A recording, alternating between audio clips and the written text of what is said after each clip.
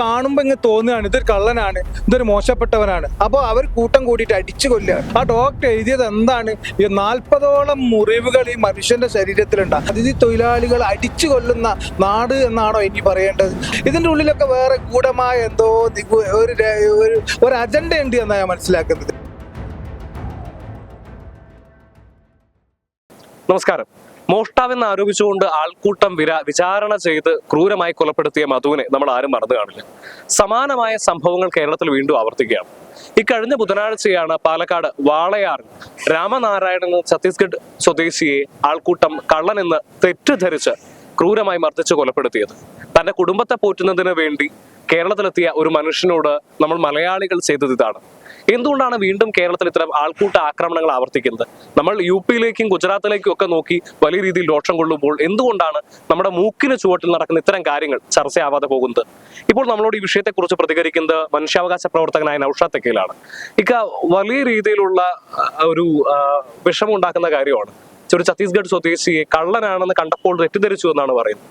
ക്രൂരമായി ആക്രമിച്ചു കൊലപ്പെടുത്തുന്നു. എന്താണ് മലയാളിക്ക് സംഭവിക്കുന്നത്? മലയാളിക്ക് സംഭവിച്ചത് മഹാ അപരാധം തന്നെയാണ്. കാരണം മലയാളി ഇത് ഒരു കാര്യമല്ല, ഇത് തുടർന്നുകൊണ്ടേയിരിക്കുകയാണ്. അവർക്ക് കാണുമ്പോൾ ഇങ്ങ് തോന്നുകയാണ് ഇതൊരു കള്ളനാണ്, ഇതൊരു മോശപ്പെട്ടവനാണ്. അപ്പോൾ അവർ കൂട്ടം കൂടിയിട്ട് അടിച്ചു കൊല്ലുകയാണ്. നമ്മൾ ബീഹാറിലേക്ക് നോക്കൂ, അല്ലെങ്കിൽ മഹാരാഷ്ട്രയിലേക്ക് പോകൂ, അല്ലെങ്കിൽ ഗുജറാത്തിൽ നോക്കൂ. അവിടുത്തെ വിഷയങ്ങൾ ഇവിടെ പന്തം കൊളുത്തി പ്രകടനമായിട്ടും മെഴുകുതിരി കത്തിക്കലുമായിട്ട് നടക്കുന്ന ഈ മനുഷ്യരെന്താ? ഈ മനുഷ്യർക്ക് ഇത് ചെയ്യാമെന്നാണോ? ഈ മനുഷ്യർ ആ ഡോക്ടറുടെ നമ്മൾ കണ്ടല്ലോ, ഡോക്ടറുടെ ഒരു കുറിപ്പ് നമ്മൾ കണ്ടു. ആ ഡോക്ടർ എഴുതിയത് എന്താണ്? ഈ 40ഓളം മുറിവുകൾ ഈ മനുഷ്യന്റെ ശരീരത്തിലുണ്ട്. കള്ളനാണ് എങ്കിൽ ഇവർക്കാരെ ഇയാളെ അടിച്ചു കൊല്ലാനുള്ള അധികാരം കൊടുത്തത്? കള്ളനാണ് എന്ന് തന്നെ തീരുമാനിക്കുക. അങ്ങനെയാണെങ്കിൽ ഇതിന് നിയമ സംവിധാനങ്ങളില്ലേ? നിയമപാലകരുടെ മുമ്പിലേക്ക് എത്തിക്കാതെ അയാളെ ഇങ്ങനെയും ക്രൂരമായി മർദ്ദിച്ചു കൊന്ന ഇവന്മാർക്കെതിരെ കർശനമായ നടപടി എടുക്കണം. ഞാൻ തീർച്ചയായിട്ടും ആ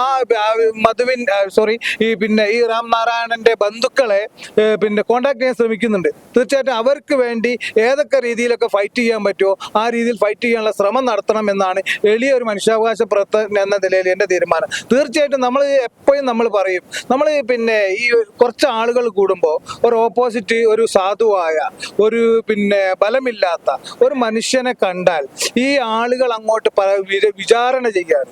ഈ വിചാരണ ചെയ്തിട്ട് അയാളെ എത്ര മാത്രം മുറികളാണ് അയാളെ മേലുള്ളത്. അതാണ് എനിക്ക് ഏറ്റവും കൂടുതൽ സങ്കടമായത്. അയാൾ എന്തിനാണ് നമ്മുടെ നാട്ടിൽ കേരളത്തിലേക്ക് വന്നത്? അയാളുടെ 2 മക്കളെ പോറ്റാൻ വേണ്ടി കേരളം എന്ന് എല്ലാവരും എന്താ പറയുക വളരെ രീതിയിൽ നല്ല സമാധാനവും സുന്ദരവുമായി ഈ നാട്ടിൽ അയാളും വന്നതാ ബാക്കിയുള്ള ആളുമായി ജീവിക്കാൻ വേണ്ടി. നമ്മൾ അതിഥി തൊഴിലാളികൾ എന്നാണല്ലോ എല്ലാവരെയും പറയല്. അപ്പോൾ അതിഥി തൊഴിലാളികൾ അടിച്ചു കൊല്ലുന്ന നാട് എന്നാണോ ഇനി പറയേണ്ടത്? അയാൾ ഇവിടേക്ക് ആ 2 കുട്ടികളെ പോറ്റാൻ, അയാളെ കുടുംബത്തിനെ പോറ്റാൻ വേണ്ടി ആ ഒരു മനുഷ്യൻ ഇവിടെ വന്നപ്പോൾ ആ മനുഷ്യന് ഭാഷ പോലും അറിയില്ല. ആ ചോദ്യം ചെയ്യലൊക്കെ നമ്മൾ കാണുന്നുണ്ട്.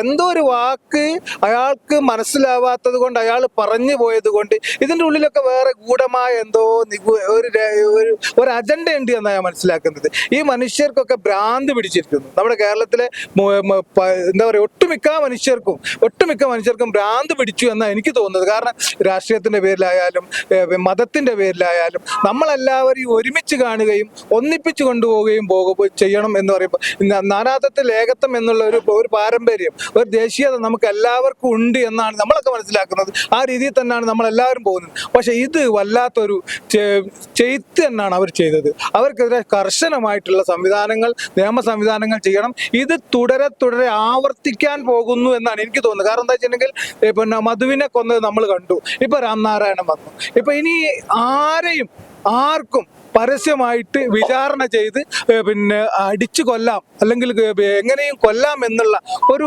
നമ്മുടെ പുറത്തേക്കുള്ള അല്ലെങ്കിൽ നമ്മുടെ അന്യ സ്റ്റേറ്റിൽ നടക്കുന്ന സംഭവങ്ങൾ കേരളത്തിലും നടത്താം എന്നുള്ള ഒരു ചിന്തയാണ് വന്നുകൊണ്ടിരിക്കുന്നത്. ഇത് മുളയിലെ നുള്ളിക്കളയണം. ഇവർക്കെല്ലാവർക്കും എതിരെ കർശനമായ നടപടി സ്വീകരിക്കണം എന്നാണ് എനിക്ക് പറയാനുള്ളത്. തീർച്ചയായിട്ടും ഇപ്പൊ നമ്മൾ ഓർക്കേണ്ട ഒരു കാര്യം, മറ്റൊരു നാട്ടിൽ നിന്ന് ഇങ്ങോട്ട് വരുന്ന ആളുകൾ നമ്മൾ അതിഥി തൊഴിലാളികൾ എന്നൊക്കെ വിളിച്ച് വലിയ രീതിയിൽ വാക്കുകൾ കൊണ്ട് നമ്മൾ സൂചിപ്പിക്കുന്നുണ്ട്. പക്ഷെ അവർക്ക് നമ്മൾ കൊടുക്കുന്ന സ്വീകരണം ഇതാണ് എന്ന് പറയുമ്പോൾ അതൊരു ആശങ്ക ഉണ്ടാക്കുന്ന കാര്യം. ഞാൻ പറഞ്ഞല്ലോ, കോവിഡ് സമയത്തൊക്കെ നമ്മൾ അതിഥി തൊഴിലാളികളൊക്കെ നമ്മളെ ഒരു എന്താ പറയുക നമ്മളൊരു വീട്ടിലുള്ള ഒരാളെ പോലെ കണ്ടിട്ടാണ് നമ്മളെല്ലാവരും അവർക്ക് വേണ്ടി സെർവ് ചെയ്യുകയാണ്. അവരൊക്കെ അത്രയും നമ്മൾ നല്ല രീതിയിൽ പോറ്റിയതാണ് നമ്മളൊക്കെ. അപ്പൊ ഇതൊക്കെ അവര് പിന്നെ അവിടേക്ക് പോകുമ്പോൾ അവര് പറയുമല്ലോ കേരളം എന്താണ് എന്നും കേരളത്തിലെ മനുഷ്യർ എന്താണ് എന്നും അവർ പരസ്പരം സംസാരിക്കുമല്ലോ. അത് കേട്ടിട്ടായിരിക്കാം ആ മനുഷ്യൻ ഇവിടേക്ക് ജീവിക്കാൻ വന്നത്. ആ മനുഷ്യനെ നമ്മൾ കൊന്നുകളഞ്ഞു, അതേ പറയാനുള്ളൂ. നമ്മൾ കൊന്നുകളഞ്ഞു. അതാണ് നമ്മൾ ഉത്തരവാദിത്വം എനിക്കും നിങ്ങൾക്കും എല്ലാവർക്കും ഉണ്ട്. കൊന്നുകളഞ്ഞു. ഇതില് ഈ വിഷയത്തിനകത്ത് രാഷ്ട്രീയവും ചിലർ പറയുന്നുണ്ട് അല്ലെ, അത് കേസെടുക്കാത്ത അതുകൊണ്ടാണെന്നൊക്കെ. ശരിക്കും രാഷ്ട്രീയത്തിന് അതീതമായിട്ട് കുറ്റക്കാരെ കണ്ടെത്തി ശിക്ഷിക്കുക എന്നുള്ളതാണ് നമ്മുടെ നിയമ സംവിധാനം ചെയ്യേണ്ടത്. നമ്മളെ നാട്ടിലൊരു പ്രധാന പ്രശ്നം എന്താ പറയുക, ഒരു വിഷയം വരുമ്പോൾ അതിൽ രാഷ്ട്രീയവും മതവും കലർത്തിയിരിക്കും. അപ്പൊ അതനുസരിച്ച് രണ്ട് ഭാഗങ്ങൾ അങ്ങോട്ടും ഇങ്ങോട്ടും പറഞ്ഞുകൊണ്ടിരിക്കും. പോലീസോ അധികാരികളോ ഇതൊന്നും അല്ല നോക്കേണ്ടത്. കുറ്റക്കാർക്കെതിരെ കർശനമായിട്ടുള്ള നടപടി സ്വീകരിക്കുകയാണ് വേണ്ടത്.